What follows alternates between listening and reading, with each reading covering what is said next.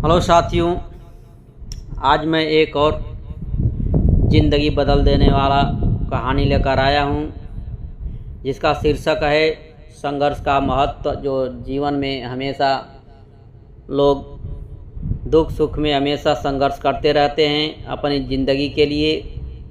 चलिए कहानी की ओर चलते हैं। एक बार एक किसान परमात्मा से बड़ा नाराज़ हो गया। कभी बाढ़ आ जाए, कभी सूखा पड़ जाए, कभी धूप बहुत तेज़ हो जाए तो कभी ओले पड़ जाए। हर बार कुछ ना कुछ कारण से उसकी फसल थोड़ी खराब हो जाए।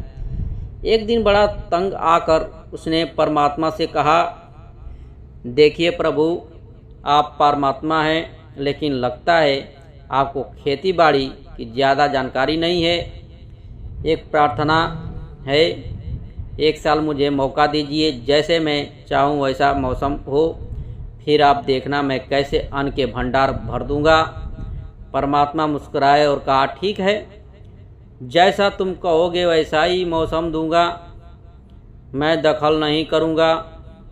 अब किसान ने गेहूं की फसल बोई। जब धूप चाहिए तब धूप मिली, जब पानी चाहिए तब पानी। तेज धूप, ओले, बाढ़े आधी तो उसने आने ही नहीं दी।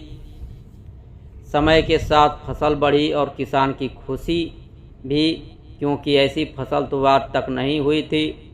किसान के मन सोचा, अब पता चलेगा परमात्मा को कि फसल कैसे करते हैं। बेकार ही इतने बरस हम किसानों को परेशान करते रहे। फसल काटने का समय भी आया। किसान बड़े गर्व से फसल काटने गया, लेकिन जैसे ही फसल काटने लगा एकदम से छाती पर हाथ रख कर बैठ गया। गेहूं की एक भी बाली के अंदर गेहूं नहीं था, सारी बालियां अंदर से खाली थी। बड़ा दुखी होकर उसने परमात्मा से कहा, प्रभु ये क्या हुआ? तब परमात्मा बोले, ये तो होना ही था, तुमने पौधों को संघर्ष का जरा सा भी मौका नहीं दिया। ना तो तेज धूप में उनको तपने दिया, ना आधी ओले से जूझने दिया। उनको किसी प्रकार की चुनौती का एहसास भरा भी नहीं होने दिया। इसलिए सब पौधे खोखले रह गए। जब आंधी आती है, तेज बारिश होती है, ओले गिरते हैं, तब पौधे अपने बल से ही खड़ा रहता है। वो अपना अस्तित्व बचाने का संघर्ष करता है, और इस संघर्ष से जो बल पैदा होता है वही उसे शक्ति देता है, ऊर्जा देता है, उसी जीवटता को भरता है।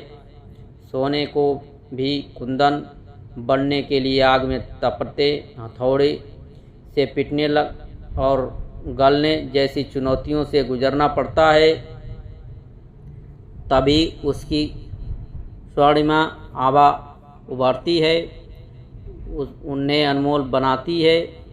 इसी तरह ज़िंदगी में भी अगर संघर्ष ना हो, चुनौती ना हो, तो आदमी खोखला ही रह जाता है, उसके अंदर कोई गुण नहीं आ पाता। ये चुनौतियाँ ही है जो आदमी रूपी तलवार को धार देती है, उसे सशक्त और प्रखर बनाती है। अगर प्रतिभाशाली बनना है तो चुनौतियों तो स्वीकार करनी ही पड़ेगी, अन्यथा हम खोखले ही रह जाएंगे।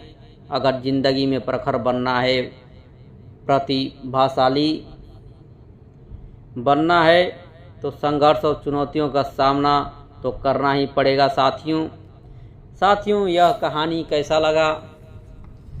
साथियों, इससे आप लोग समझ में आ गया होगा कि ज़िंदगी में संघर्ष आती है तो आगे बढ़ने के लिए चुनौतियाँ आती है। दुख आता है तो समझिए ज़िंदगी में कुछ आगे बढ़ने के लिए आता है। साथियों, जय हिंद, वंदे मातरम।